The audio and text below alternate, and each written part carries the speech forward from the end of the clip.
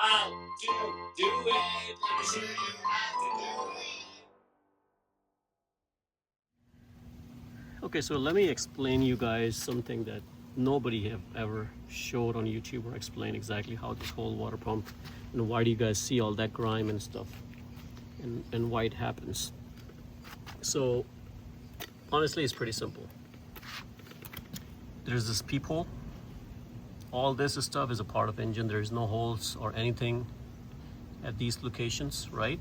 So this is kind of like a empty reservoir place that you can call it, right?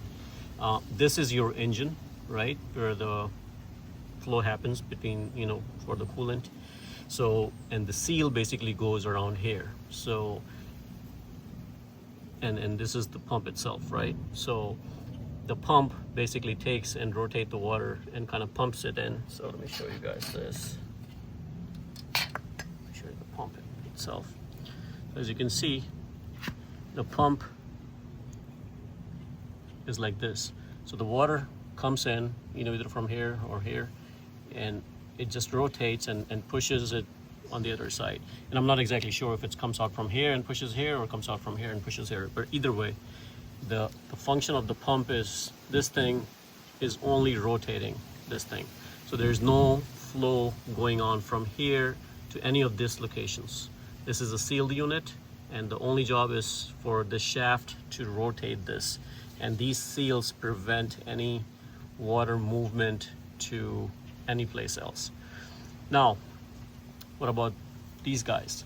So if you notice, when this thing goes in there, like this, you see there's this one opening that is over here, and these are channels right there that you can see, right? So I guess for designing purposes, they kind of like figured that there's going to be some minor leak happening from this gasket. So let's see, let me show you guys the actual gasket. So you have this top gasket, and then you have this back rear gasket, right?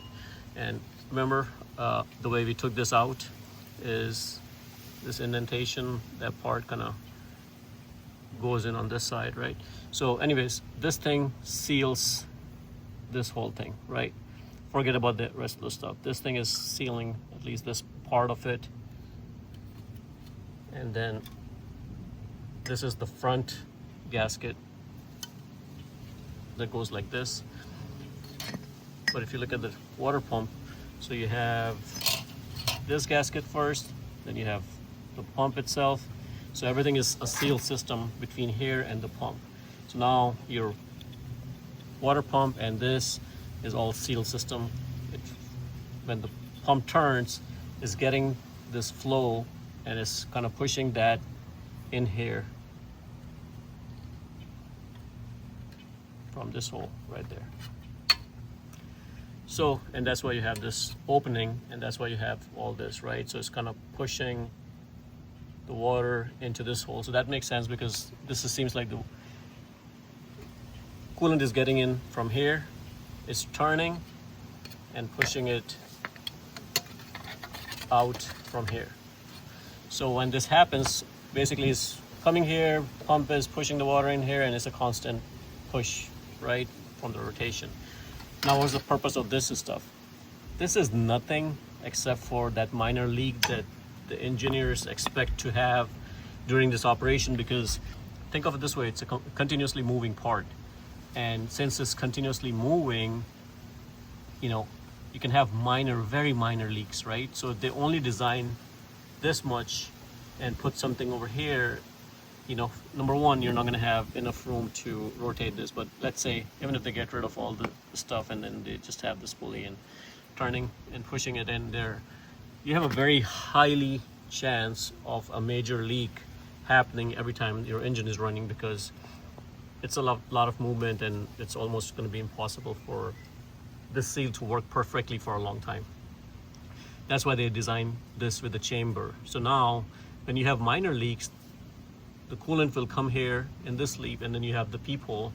So the coolant will eventually come here a little bit, and then if there's minor leak, it's gonna push it out whenever you're riding the bike or whatever, right? or at least you will have a flow that it will dry out in there. So all that gunk that you're seeing, that means that your seal is getting bad, and all that gunk is basically nothing but the corrosion from your seals itself that is just getting gunked up. It has nothing to do with bad coolant or dirty coolant or nothing like that. So don't panic, guys. You know, it's a lot of misconceptions out there, but all that is corrosion that is building up over the years, and it's not because you didn't change the coolant. It's just natural phenomenon. So you have minor leak happening every time you run the engine.